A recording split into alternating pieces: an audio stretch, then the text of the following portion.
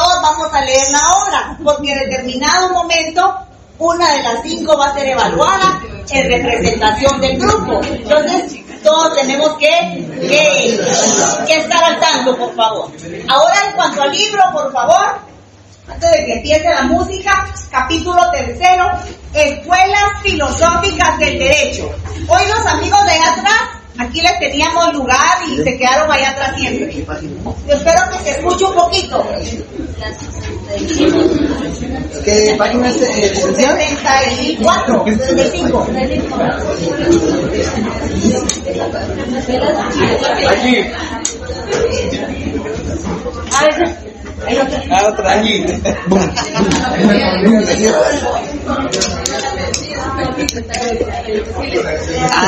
Es que el nombre es que se malea cada vez que le saco el siempre se lo sigo sacando cada rato. Porque desde que está en notariado ando con el sello en la mano. ¿Sí?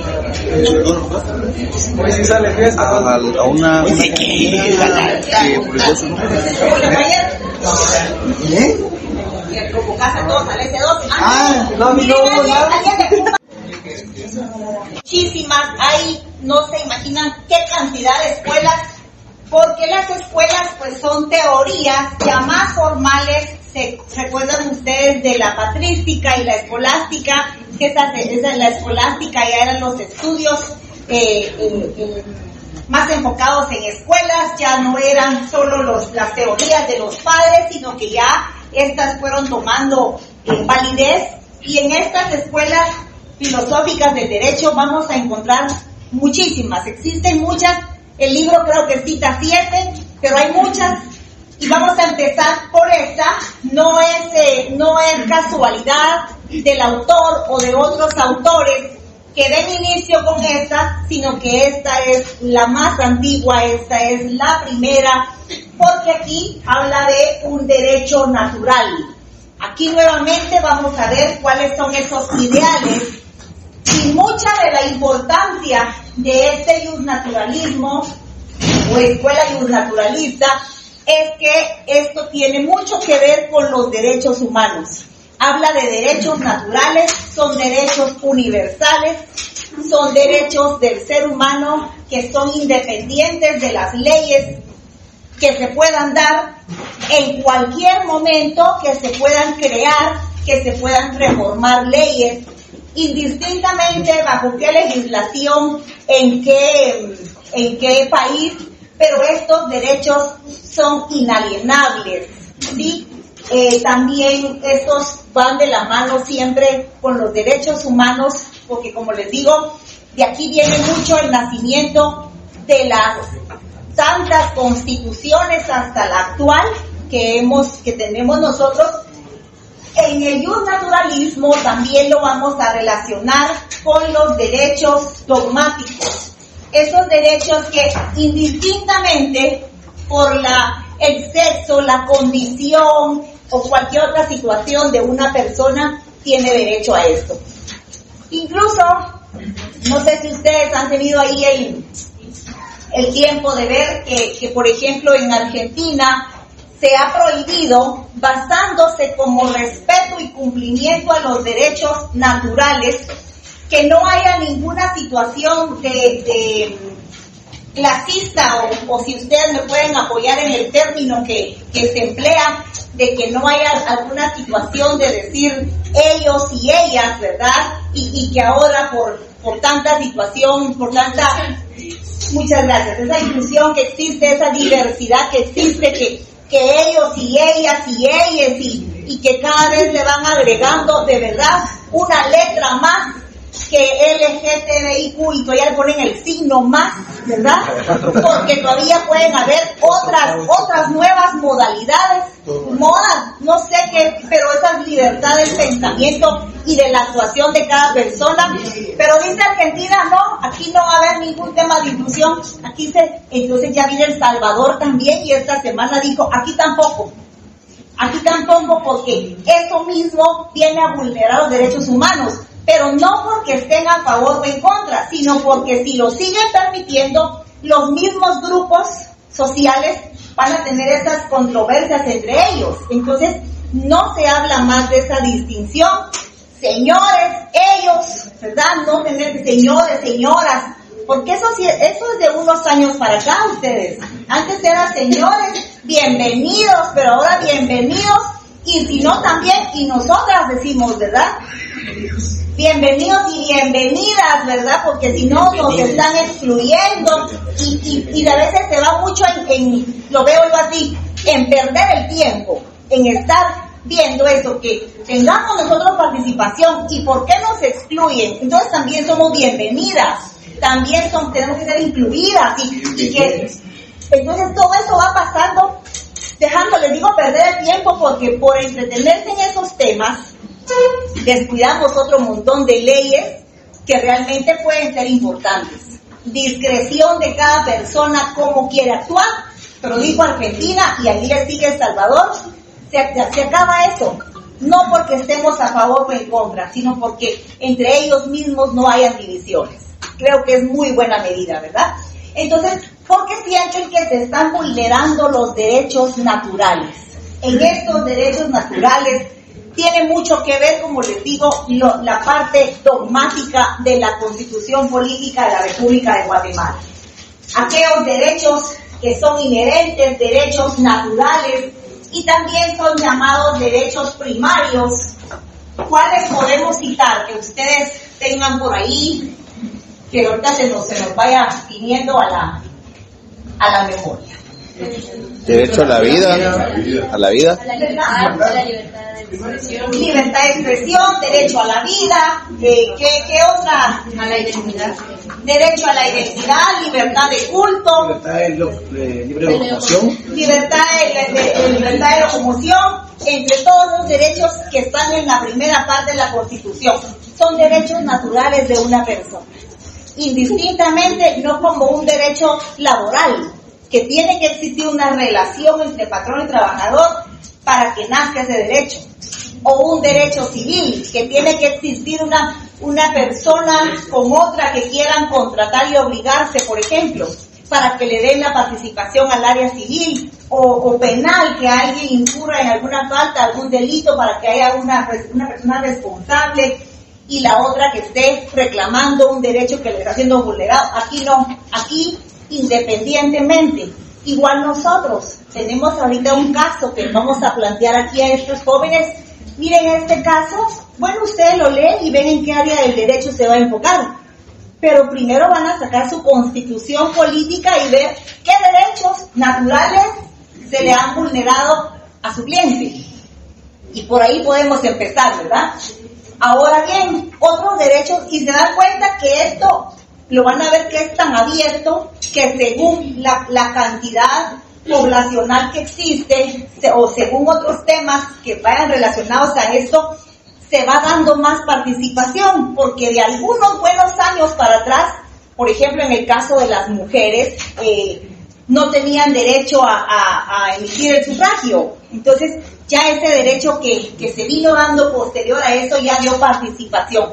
Estos derechos naturales siempre están abiertos, porque están viendo en qué más se puede favorecer a la persona en cuanto a sus beneficios.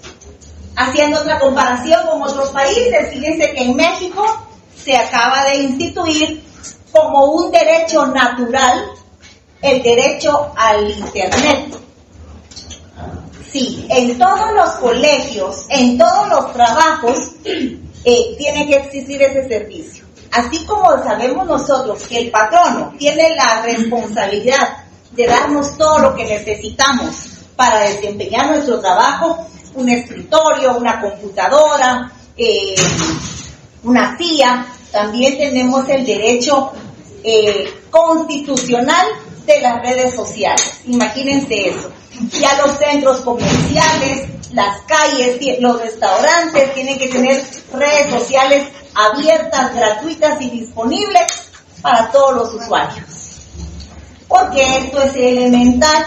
Sí, claro que es elemental y estamos tan acostumbrados a eso. Esta semana pues tuvimos esas 2 horas, creo que fue sin redes, ¿verdad? Ustedes, y que todos andaban ahí desesperados porque no podían, se les habían cerrado algunos, muchas gracias, se les había cerrado algunas aplicaciones y no se recordaban de las contraseñas, y había incluso una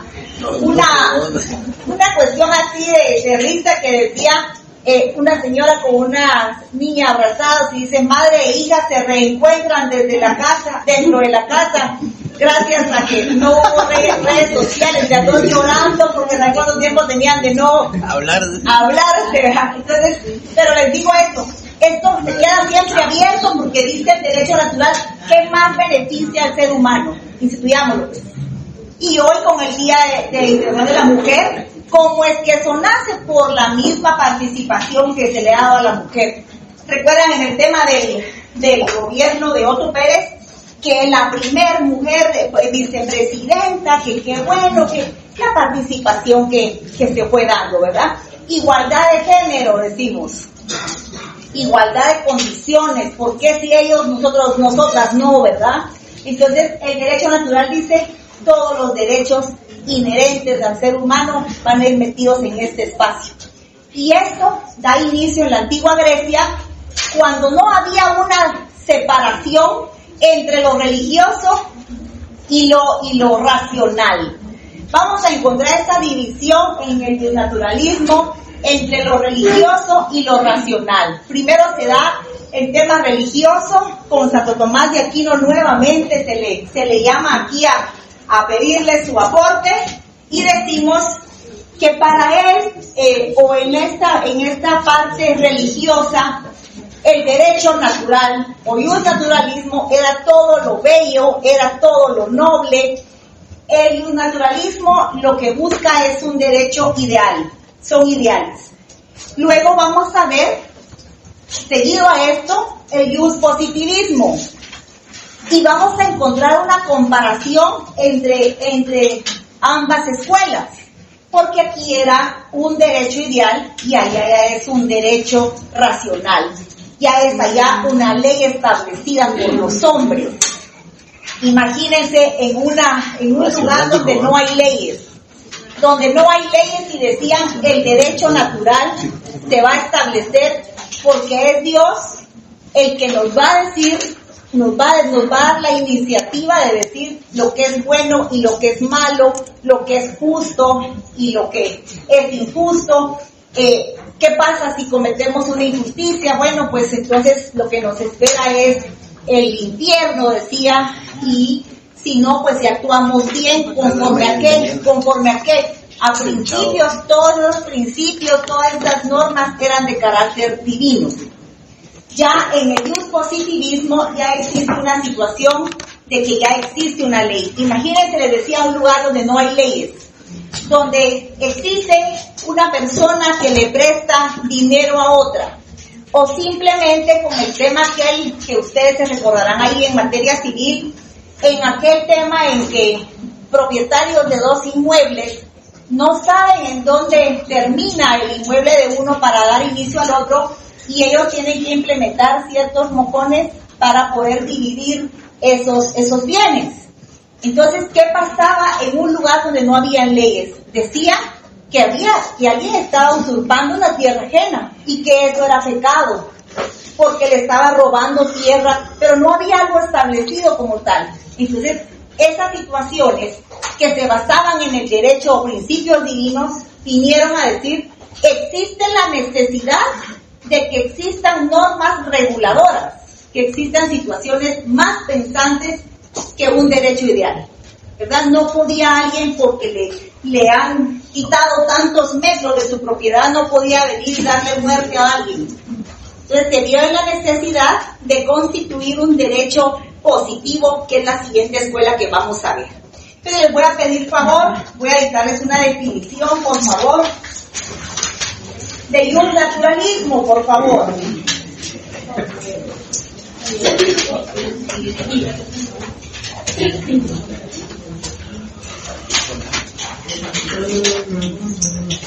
Yo sé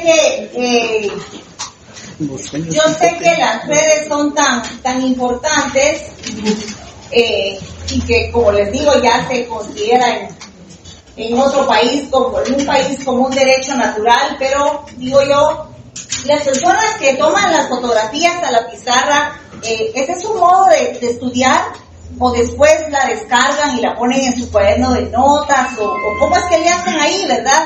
Yo les quiero pedir favor, les voy a dictar, porque siento que a veces tomar la fotografía, no sé, como les digo, desconozco si la llegan a imprimir, pero sí es necesario que lo tengan, por favor.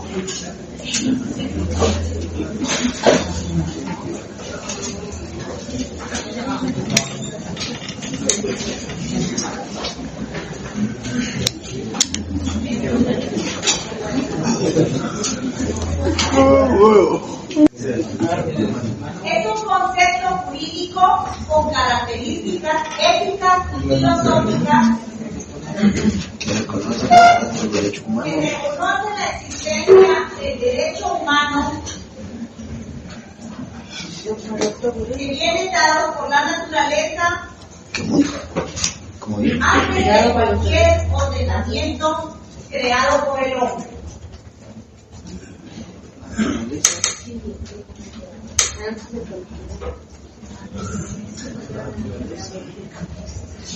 Dado por la naturaleza. Antes de cualquier otro ordenamiento creado por el hombre.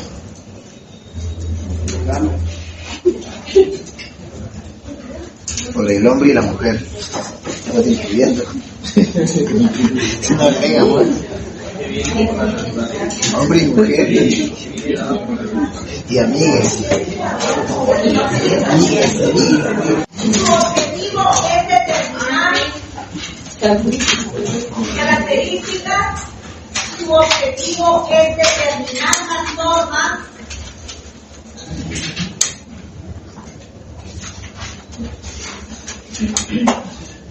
que puedan formar parte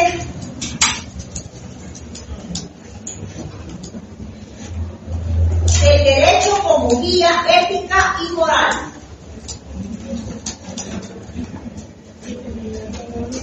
Su objetivo es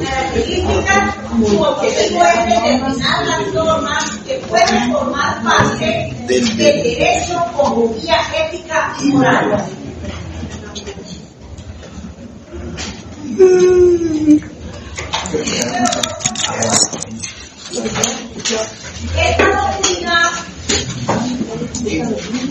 Esta doctrina Ahí mismo, ¿verdad? Ahí mismo, donde estamos. Característica número 2. Okay.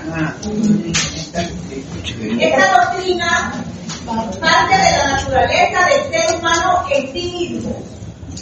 Doctrina parte del ser humano en sí mismo. Gracias.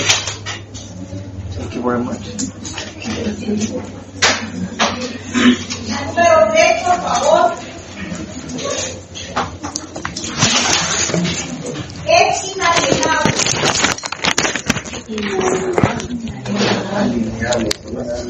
Es inalienable.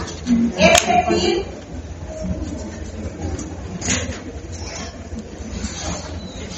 es superior y anterior a la creación del Estado.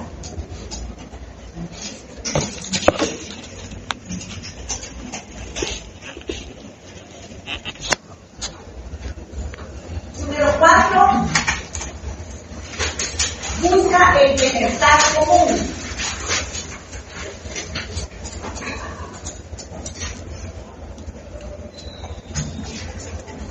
La siguiente es de carácter universal.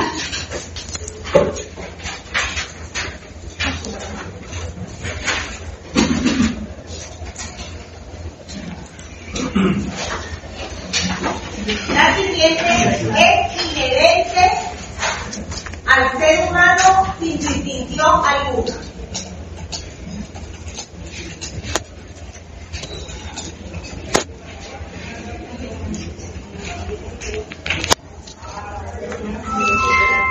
Ahora vamos con los principales representantes, por favor.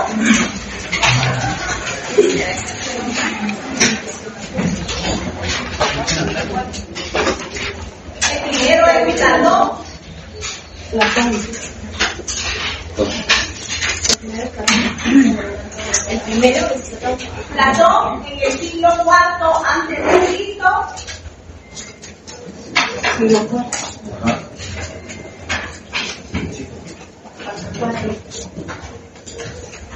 Santo Tomás de Aquino en la Edad Media.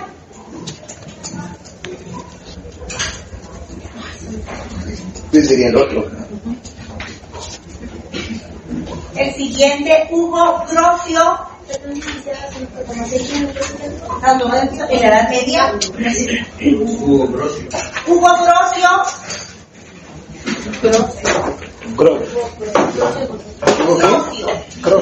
Grocio.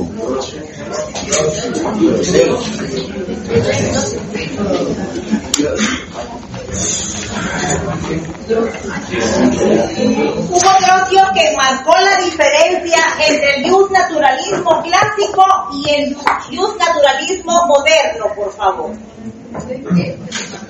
Hugo Grocio, quien marcó la diferencia entre el justnaturalismo clásico y el moderno.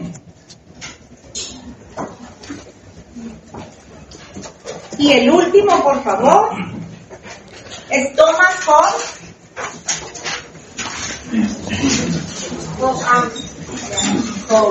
Por favor.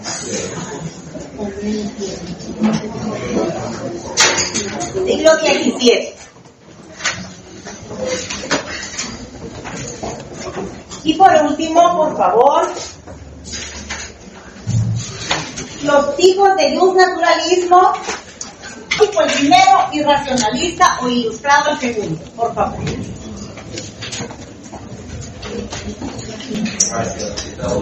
Vamos también bueno, aquí terminamos, por favor, ya. Ahora, volviendo al tema de las actividades que vamos a tener, voy a dejar también ya una primera tarea para que la hagan con sus grupos, por favor. Yo les voy a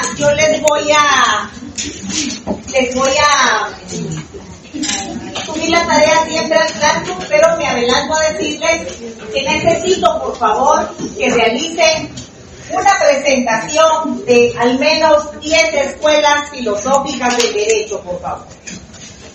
Que me digan la etimología, lo mismo que vimos, la definición, los principales características, los principales aportes, los mayores exponentes, por favor.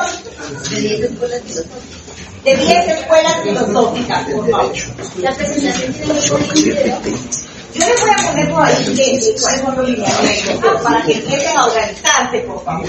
Y también tenemos una lectura, por favor, de esta escuela justnaturalista y justpositivista. También se las voy a subir al Classroom. Y vamos a tener una hoja de trabajo el próximo día de clases, por favor. Como estamos virtual, yo les voy a pedir favor de la lectura del libro, ustedes lo leen y tenemos una hoja de trabajo individual el próximo jueves, por favor. ¿Qué manda? ¿Cómo dijo? Pues hay una comprobación de lectura. Ustedes van a trabajar 10 escuelas filosóficas.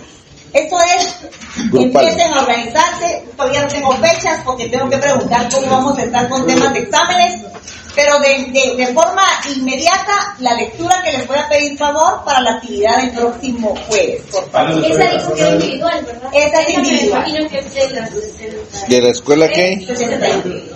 5, ajá. Hasta donde termina la escuela positivista. ¿Ves? Hasta la 74, antes de historicismo, por favor. ¿Qué páginas digo? 65, 74. 65 a la 74.